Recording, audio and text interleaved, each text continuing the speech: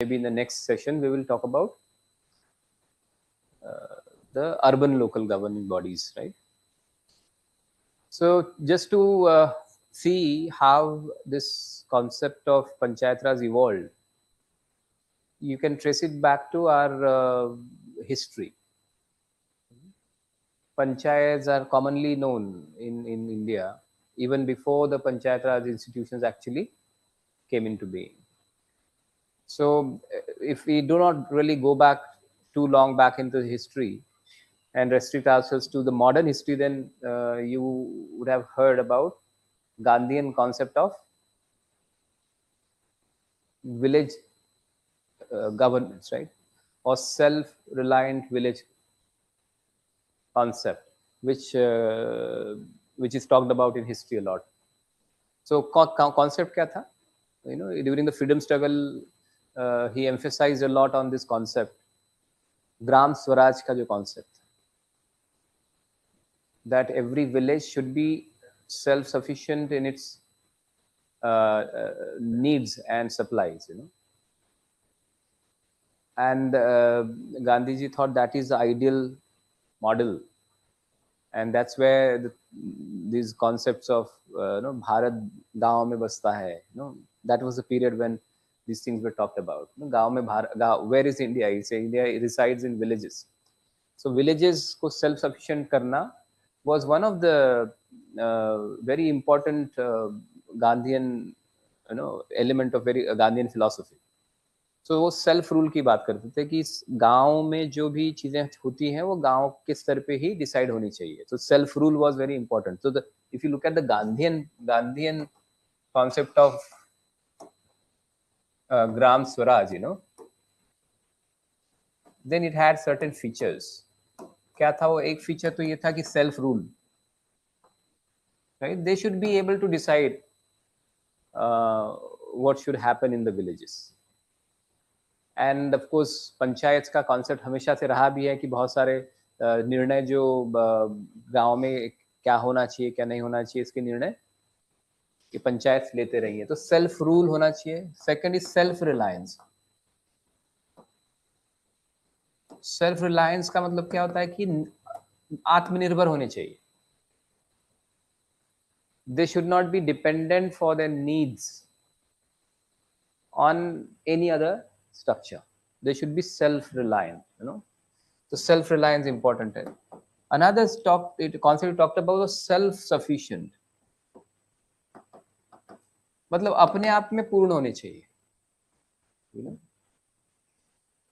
So these fundamental things he talked about, and there was a demand also in the Constituent Assembly to include this, कि हमारे पंचायत राज होने चाहिए.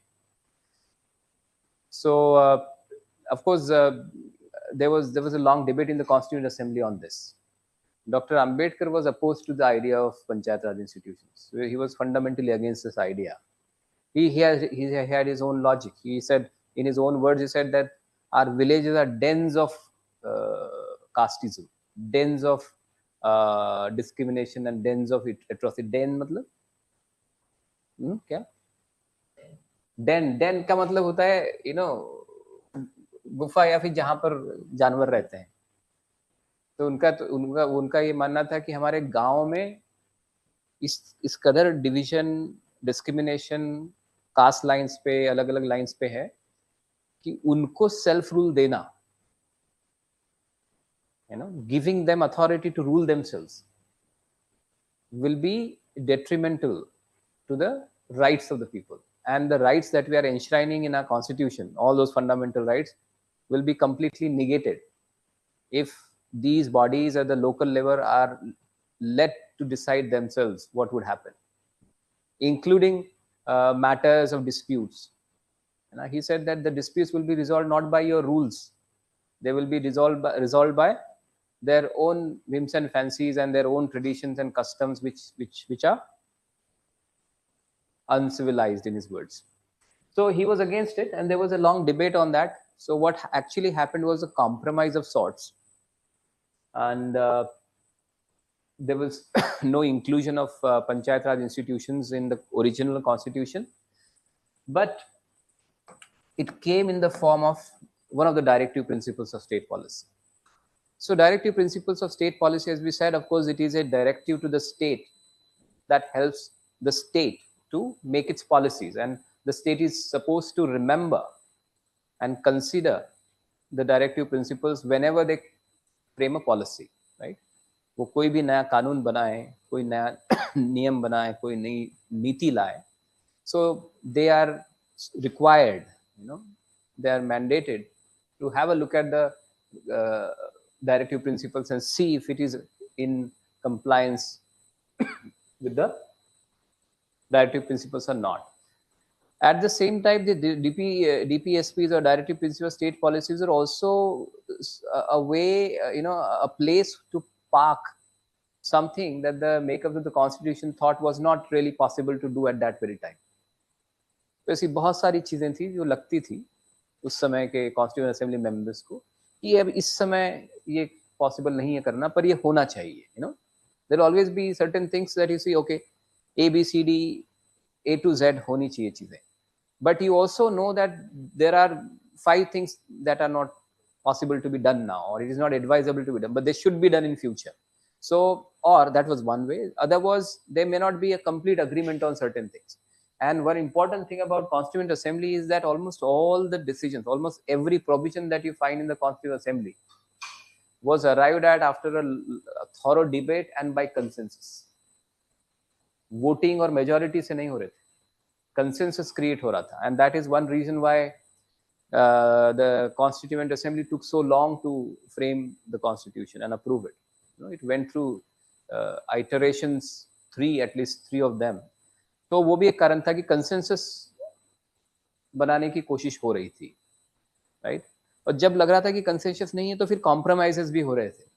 And the good thing about the people who sat in that constituent assembly is that they were ready to compromise, that they were ready to concede things that they would otherwise not. If you ask today's politicians to make a constitution of this kind, you will not get a constitution of this kind. As far as I understand the politics and the overall scheme of things, it is not possible to have a constitution of this kind today. At that point in time, a lot of people had to surrender a lot of their opinions, a lot of their, strongly held opinions and beliefs, and they were ready for compromise. And some of such compromises and some of such things which the makers of the constitution thought were not possible to be done at that time, they were put in the directive principle of state policy. ठीक है, आज नहीं कर पाएंगे, आज possible नहीं है, but होना तो चाहिए. It is a desirable thing. So let us put it in the directive principles of state policy. And we have seen some of those things, how gradually then the state should try to do those things in future. But some of these things have taken long time. For example, a compulsory, free and compulsory elementary education. That was there in the original constitution, right? Article. But then it took us close to 50 years, more than 50 years to actually ensure free and fair, free and compulsory elementary education, right? Through the act. There are some other similar provisions. So what did they do? They included that in Article 40. Article 40 talks about this. What does it Article 40 say? Article 40, it's a very small article which is in the DPSP. वो article simply ये कहता है that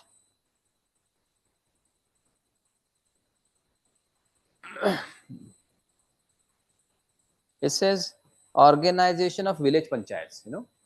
The state shall take steps to organize village panchayats and endow them with such powers and authority as may be necessary to enable them to function as units of self-government, right? This is it. So what happened when this was included in DPSP in 1957?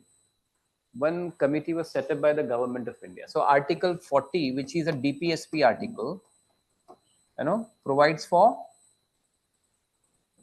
PRIs, right? It provides for PRIs. ऐसा होना चाहिए. So this was there in the original constitution. It is still there. It hasn't been changed. In 1957, government of India, appoints a committee, which is called Balwant Rai Committee. It is very famous committee because that's the only committee that was set up at that time. Immediately within 6 years of the constitution, this was set up. Now, Balwant Rai Committee was actually given a mandate to see how two important programs of the government were running at that point in time. So, government of India ने 1952 में एक programme start किया, that's called community development programme.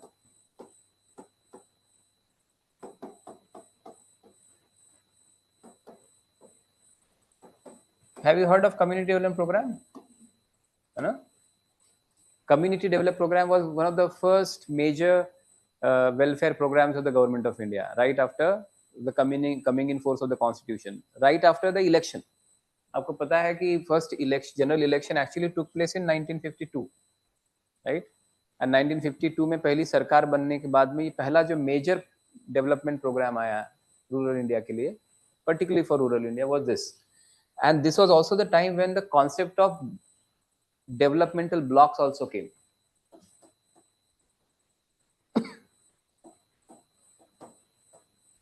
Developmental blocks, जो blocks बोलते हैं ना अभी हम लोग, BDO, block development officer and all that block as a administrative unit, that concept actually emerged from this program. So these are actually called development blocks. They are basically community development blocks, and they are development blocks, and they are actually constituted by the central government. At the state level you have a slightly different structure. State level में आपको क्या होता है, state government में जो revenue collection का जो administrative structure है, how does that look? There is a district, right? And then below the district, then you have subdivisions, right? Below the district you have subdivisions. Below the subdivisions you have tehsils, right? Below the tehsils, then again revenue ka structure, you have revenue circles, right? And below the revenue circles you have villages. So this is how the revenue administrative structure of the district would look like. Then this is actually meant to what? To basically to collect revenue. उसका पूरा mechanism उस तरह से बना हुआ है, right? But then when the development thing came, they said, okay, this structure is fine, but for the sake of development we need a different kind of administrative unit.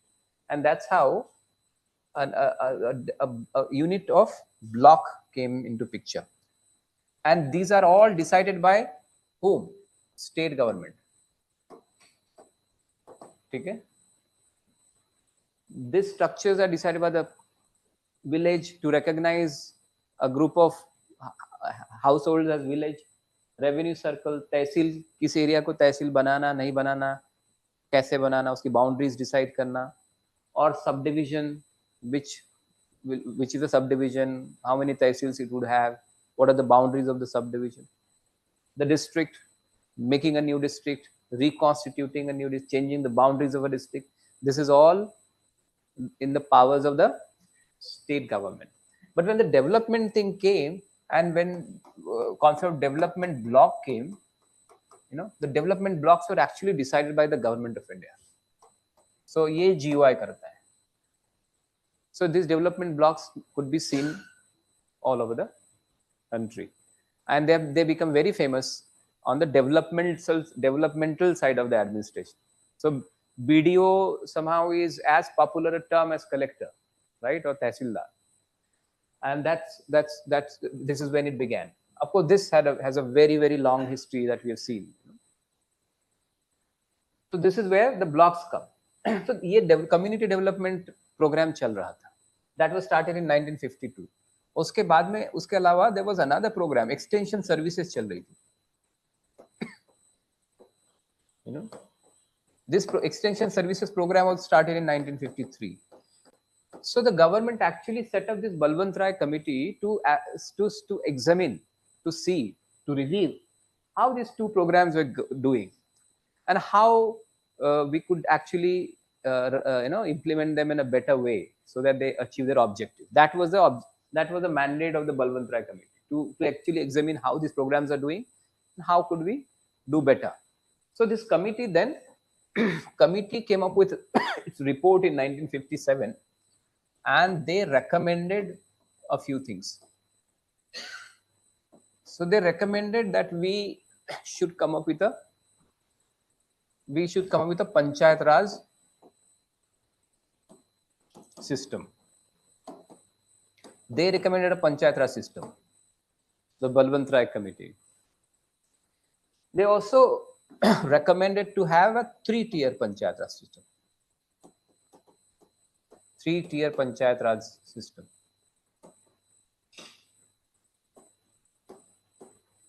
Right?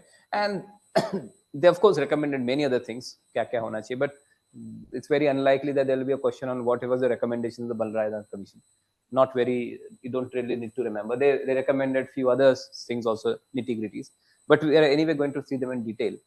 And this report was accepted by the government in a way, you know. There is something called Development Council, National Development Council. We'll talk about that later. So that is a body which basically takes many decisions, and it involves, it's also one of the federal structures, you know.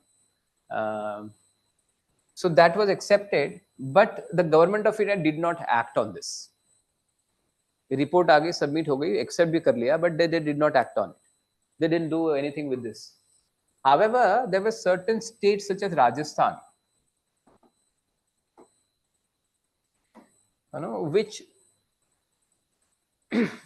started establishing Panchayat Raj system in the state of Rajasthan, right? It was followed by Andhra Pradesh, and then many other states followed, you know, after 1957. And in fact, if you see, by 1960, many states had adopted the system in their state, but they had large number of variations. में variations बहुत थे. The variations were so many that you could actually see them as different systems, you know. कहीं पर एक 2 tier ही थे, कहीं पे 3 tier थे, कहीं पे 4 टियर तक बना दिए, कहीं पर कुछ अधिकार दिए, कुछ नहीं दिए, कहीं पर इलेक्शन डायरेक्टली हो रहा था, कहीं पर इनडायरेक्टली हो रहा था. There were a lot of variations. So this system had lot of variations across the states, right? Then of course many other committees were set up, study groups were set up, but then finally it was Rajiv Gandhi, you know, who first tried introducing it in the Lok Sabha, in the parliament. So Rajiv Gandhi ke time pe this was introduced for the first time, and but it was passed by the Lok Sabha, but Rajya Sabha refused to pass it. You know, Rajya Sabha did not approve it because it was thought by and they are the representatives of the states. They thought that it is basically a way of centralizing powers, though it was meant to decentralize power and functions. The thought process was slightly different. Maybe it wasn't conveyed properly, but the Rajya Sabha refused to approve, and that effort fell to yield any results. Then VP Singh also tried it, but before he could get it passed by both the houses of the parliament, the government got dissolved and the bill lapsed. Then it was in 1992, basically when Narasimha Rao was the prime minister. He was the one who introduced this bill again. And in 1992, Most of the recommendations of the Balwant Rai committee found its way into the what we call 73rd Constitutional Amendment Act. It was passed in 1992. So this is a very famous act. You all know about it, right? So ये जो act आया, इस act, this is a Constitutional Amendment Act, right? It is also Constitutional Amendment Act is also called an act. It is an act of Parliament. It did certain important changes in the very governance structure of the country. Right? So far, we saw that there are two levels of government, right? Union and states, right? This 73rd Amendment actually created another level, but they did not create just one single level. They, in fact, created three levels. They created at district level, right? A government at the district level, one at the level of, say, block or taluk, whatever they are known by different ones, and village. So this is a major change. अभी तक तो यही government समझी जाती थी. अब इस amendment ने ये तीन और लेवल्स ऑफ गवर्नमेंट क्रिएट किया, right? So this is also called three-tier government. What was created by this three tiers of government, right? They are called local self-government. Why? Because they are meant to govern themselves locally, right? By the people who live in that village, by the people who live in that uh, panchayat area, right? They're not people who are coming from outside and ruling. Why was it required? Basically, at this level, at this union and the state level, when we did not have this structure in place, most of the decisions were actually taken by the state legislature or the state executive, right? And the state executive actually functioned through the officers, right? The state service officers or the Indian administrative service officers, and they were the ones who were actually taking most of the decisions, you know. And it was important that the people of that area are actually given authority to decide what should happen in their area, right? तो dam कहाँ बनना है, सड़क कहाँ से कहाँ तक बननी है, राइट? इलेक्ट्रिसिटी कहाँ होनी है, कहाँ पर क्या डेवलपमेंटल वर्क करना है, ये काम ऑफिसर्स डिसाइड कर रहे थे, वो not part of that geography or area. And that was thought important to ensure that the people ultimately in a democratic setup should have power and authority to decide for themselves, right? So the 73rd Amendment did a few major things. What did it do? It first of all, it added, क्या किया इसने, एक part add कर दिया. Which part? Part 9. It added a part 9 to the constitution. ठीक है? It was added, means it was inserted. It's a new part added. What, any questions? Huh? Why shouldn't be there any question?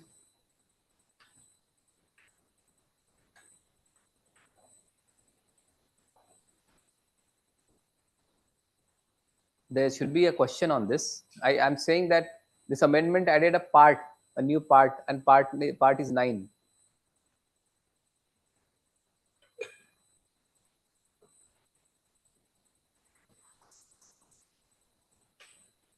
Original constitution had 12 parts.